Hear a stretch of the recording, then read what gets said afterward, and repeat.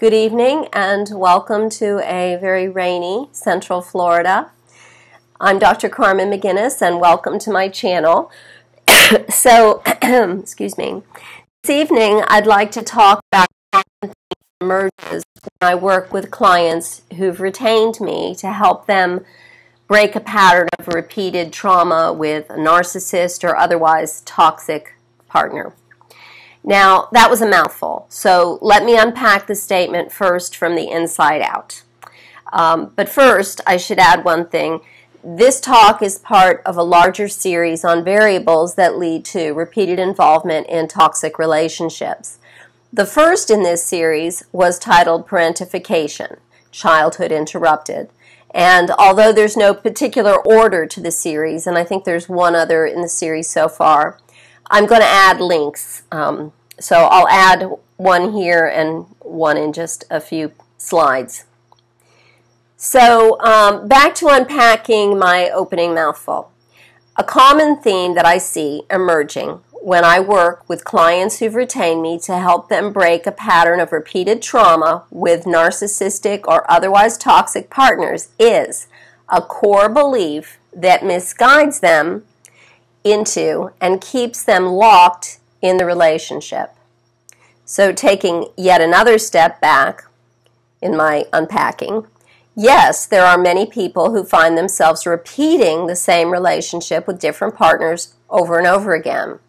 So if you've recognized this in your own life twice, maybe 3 times or more, you're not alone.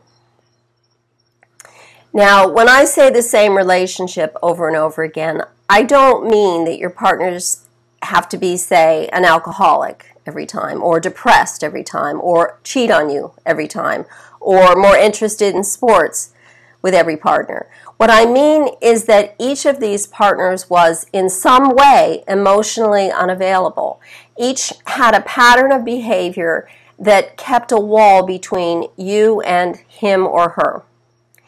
If you've been in more than one relationship which lacked real intimacy, lacked real human connection and communication beyond hot sexual attraction, you've tuned into the right video. We're going to start to do that work here tonight. Now, not every client recognizes this pattern before they find me. Often what I hear is that they're heartbroken. They come to me because they're heartbroken and they simply can't get beyond the breakup, the divorce, the affair, whatever it was. And sometimes they're still in it and trying to get beyond it from the inside.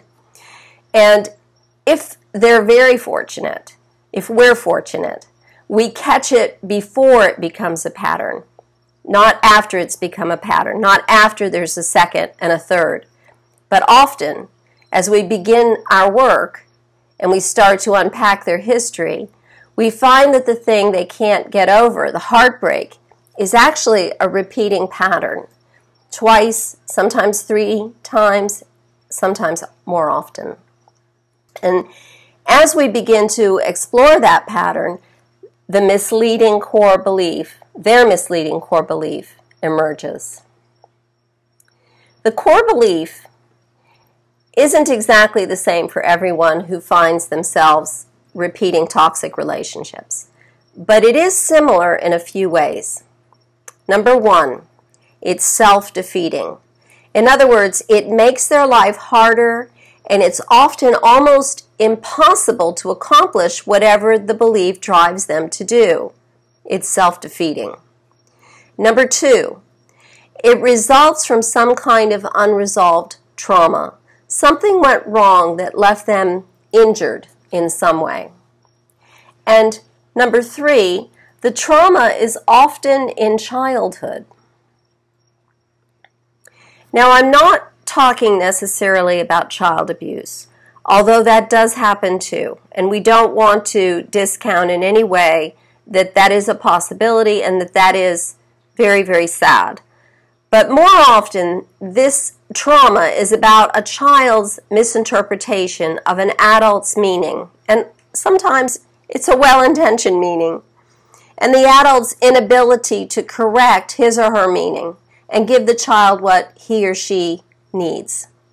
So, for instance, I work all the time to pay for your sister's college. Let's say this parent can't make it to school functions of the younger child, can't take the younger child on outings because she's working all the time to pay for the older sister's college, and is frequently emotionally unavailable because she's exhausted from working all the time to pay for her older child's college. And the younger child, my client, interpreted this as, Mom never spends time with me because my sister is more important than I am. Now, this is a wrong thing for the child to believe, but it is what the child is left with, and the parent, for whatever reason, is unable to correct this misleading core belief. And this burgeoning core belief ages very badly and becomes, I'm not as important as other people, and the only way I get my needs met is to appear to be helpful and not cause too much trouble. Now we have a misleading core belief that is self-defeating, results from an unresolved trauma, and occurred in childhood. I'm sure you've also noticed that this core belief is exactly what a toxic individual might look for in a partner. I hope you have. If you haven't, please do. Think about it. Think about it. This is what a toxic individual is going to go after. That person who believes that they're not as good as somebody else, that they're not as deserving, and that they just need to do whatever is required of them and appear to be as helpful again as they can. So I'm going to repeat this. I'm not as important as other people. The only way I can get my needs met is to appear to be helpful and not cause trouble. Think about that. Think about the toxic people that you've known in your life. This is exactly what they're drawn to. The read to a toxic person is, you're more important than me. That's how they read it. That's how they read my client's misleading core belief. You're more important than me. And the way I can get you to love me is to do whatever you want and to cause you no trouble. So that's how we end up repeating the problem. We become the magnet for that toxic individual, that next toxic individual. So other core beliefs, other self-defeating beliefs that emerge during therapy often include, I'm not worthy of him or her, or anyone really. Or, I have to work harder than other people. I have to work longer than other people. I have to try harder. Or, I don't deserve security, money, independence, whatever it is. I don't deserve a partner who loves me. I'm so sorry for the scene change. I had to retreat inside because of a very loud woodpecker in the oak tree just off my terrace. So here we are inside a few minutes later. So if you don't know yet what your core self-defeating belief is, listen to your inner dialogue. Listen in particular in times of stress or high demand. You'll hear it. It might be when your partner is cross with you, or when your mother calls, or when your son or daughter doesn't mind you, doesn't listen to what you're asking them to do, or when your boss appears to be judging you. You'll hear it if you're listening, and if you're ready to hear it. You'll hear it if and when you're ready to hear it. And when you do, I want you to do a few things. And these are visualizations that we do to help us get in touch with and really own that inner core belief so that we can begin to dismantle it. So what I'd like you to do is to notice where you feel it in your body. And then notice too if it has a color and what color it is. Give the color a name. And then notice its shape, how big or small it is, and whether it changes size, color, or shape. Notice all of these things. And performing these visualizations is going to help you identify the belief every single time it arises. And when you do, when you see it, you'll be able to step away. Just step away from the moment. Don't take the challenge. Don't accept the dare. Just step away.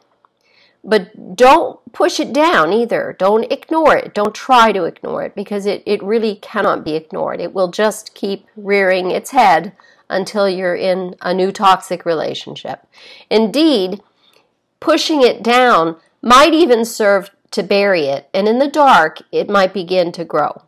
You don't want to make it any bigger or scarier than it is. So instead of burying it or pretending it isn't there, notice it. Then let it pass. Or better still, you pass it. Move beyond it. Literally step in front of it and visualize it behind you. This sort of visualization begins to dismantle your core belief and gives you the confidence that you can live without it, that there are other beliefs about yourself that you can aspire to, that you are worthy, and that you are deserving. So I sincerely hope this has been helpful this evening. And for those of you who are about to enjoy a holiday weekend, or any weekend, I wish you the very best. It is a holiday weekend here for us. I will be hunting Easter eggs in the back garden with my 2 kids this weekend. So I wish you joy and happiness. And as always, please look in the About tab below. I think it's below. If you need help, if you want to talk, I'm easy to reach. So thank you for tuning in. If this was helpful, please like and do subscribe.